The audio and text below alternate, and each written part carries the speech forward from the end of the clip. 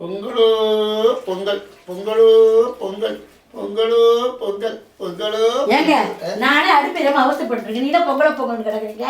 ஏய் இங்க எப்படி பொங்கி வழியுது பாரு. இதே பொங்கலோ பொங்கல்றீங்க? ஆமா, எங்களை மாதிரி குடிகாரங்களுக்கு பீர் பொங்கி வழியணும், அதை குடிச்சாக்கா சந்தோஷத்துல வாழ்க்கை முழுவதும் பொங்கணும். இதுதான் உண்மையான பொங்கல் ரீ.